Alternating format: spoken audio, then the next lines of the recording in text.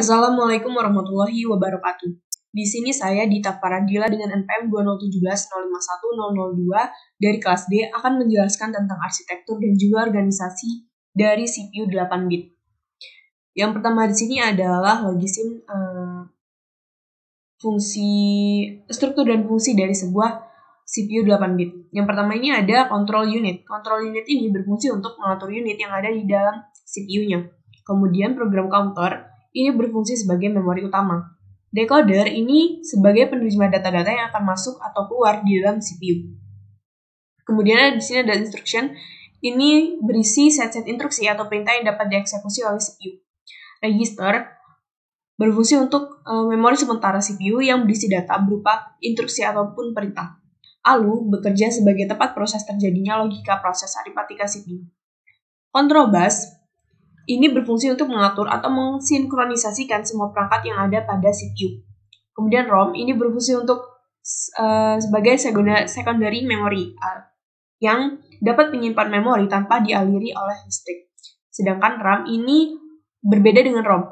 Kalau di ROM dia dapat menyimpan memori tanpa dialiri listrik, maka di RAM dia harus dialiri listrik supaya dapat menyimpan memori atau supaya dia berfungsi. Disk ini fungsinya sama seperti ROM. Kemudian video TTY ini berfungsi untuk menunjukkan output berupa ASCII. Kemudian video LED ini memberikan output dari matriks-matriks yang sudah diproses oleh CPU-nya. Kemudian keyboard ini berfungsi untuk menginput data yang akan diproses. Selanjutnya di sini ada set instruksi CPU. Di set instruksi CPU ini ada 3 data. Yang pertama adalah data processing yang tentunya untuk memproses semua datanya itu terdiri dari arithmetic dan juga logic. Kemudian ada data storage atau memory, transfer data yang berupa store, load, move, dan sebagainya. Kemudian ada data movement. Data movement ini untuk input dan output ke modul I/O. Penyajian data. Data dibuat dalam bentuk heksadesimal dengan output atau hasil proses yang akan ditampilkan di LED control. Untuk teknik atau mode pengalamannya ini ada 2. Yang pertama adalah direct addressing, di mana data disalurkan oleh CPU langsung ke memori. Kemudian ada register addressing, di mana data oleh CPU lewat register ke memori. Pengorganisasian memorinya itu ada 3. Yang pertama adalah ROM, kedua disk, kemudian yang ketiga adalah RAM. Bus system ini di dalam CPU, bus system bekerja sebagai penghubung antar komponen satu dengan yang lainnya. Dalam contoh yang akan nanti saya tunjukkan itu ada ROM, RAM, LED controller, keyboard, dan juga CPU-nya. Input dan output. Inputnya ini berasal dari keyboard dengan data berupa biner yang akan diolah menjadi heksadesimal. Kemudian outputnya itu nanti akan ditampilkan pada LED controller berupa interface yang terlihat. Sistem operasi berguna untuk mengatur semua operasi aritmatika serta logika yang dilakukan CPU dan mengatur jalannya manajemen proses maupun data. Oke, di sini sudah ada logisim dari CPU 8-bit yang terdiri dari ROM, RAM, CPU, keyboard, disk, dan juga LED, dan yang terakhir ada TTY. Di sini akan coba saya jalankan terlebih dahulu sebelum menjelaskan bagaimana proses terjadinya CPU ini berjalan. Di sini kita coba klik start, kemudian ini kita hidupkan. Kemudian ini kita pilih tick frekuensinya 4,1 biar cepet ya. Kemudian tick enable.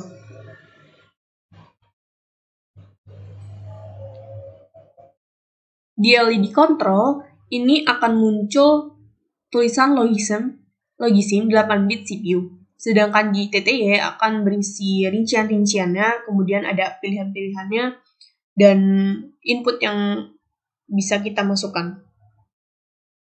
Di sini ada listnya itu ada ALU, SRC, CPU, TXT, BMP, dan juga SEK. Kita coba di keyboard memilih angka 5 atau BMP, load files. Nah, di LED akan muncul sebuah gambar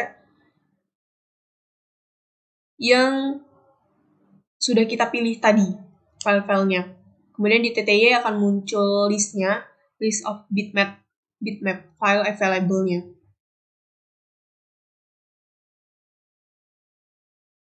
Oke. proses berjalannya CPU supaya dia muncul output di LED itu yang pertama adalah dari keyboard ini masuk ke CPU. Misalkan kali ini kita masuk 5. 5 ini kita masukkan ke CPU, jalan ke CPU, kemudian dari CPU itu masuk ke RAM. Dari RAM ini akan diubah 5 tadi. Diubah, kemudian dari RAM masuk lagi ke CPU. Dari CPU dia jalan ke ROM.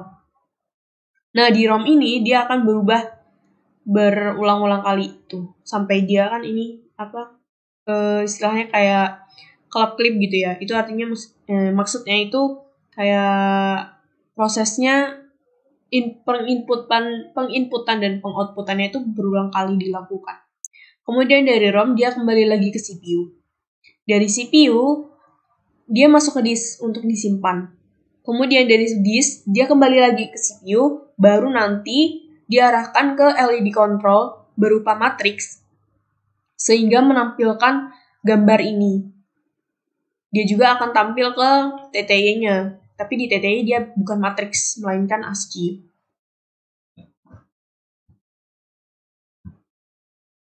Di sini nih kita bisa lihat ya.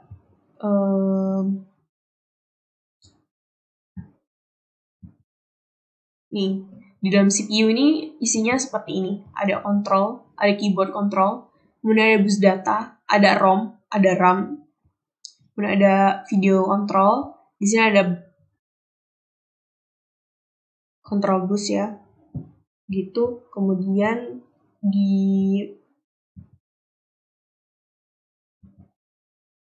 ini ada control unitnya. Itu ada registernya, ada program counter, kemudian ada move data, ada ini movementnya, move data gitu-gitu ya. Dan kita balik ke CPU, ke komputer maksudnya. Oke, di LED control ini kan dia menghasilkan sebuah gambar. Nah, gambar ini dihasilkan dari CPU yang mengalirkan matriks ke LED control. Nah, itu berdasarkan dengan tabel ini, tabel biner. Misalkan kan ini tadi ada gambarnya ya. Nah, ini ada 4 kolom yang berisi yang semuanya mewakilkan 8 bit. Misalkan ini, berarti dia mewakilkan dari sini 1, 2, 3, 4, 5, 6, 7, 8 sampai sini. Dia kan 0 semua. Kenapa 0 semua? 0, karena dari 1 sampai 8 itu tidak berisi hitam atau tidak dialiri dengan listrik. Nah, kalau ini kita ubah, misalkan kita ubah jadi dialiri ya.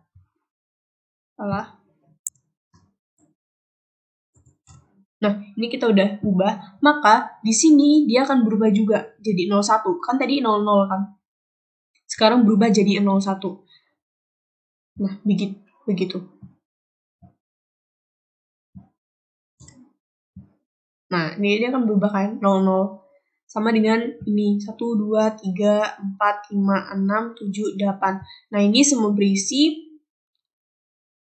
maka dia akan jadi 7F. Kenapa 7F? Karena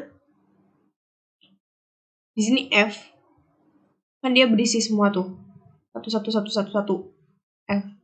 7-nya itu dari ini 01, 11.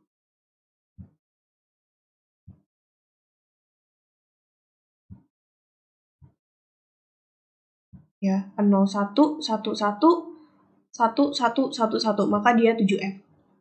Kalau masih belum paham, coba kita di sini 1, 2, 3, 4, 5, 6, 7, 8. Nah, dari sini ke sana hanya satu yang berisi listrik ya. Di sini ada 02. Nah, kalau menurut tabel, misalkan tadi kan 0000 010 gini ya tadi. Nah, itu maksudnya si 4 yang pertama itu mewakili angka yang di sebelah kiri. Kemudian 4 angka yang di sebelah kiri 4 angka yang ini itu mewakili si 2-nya.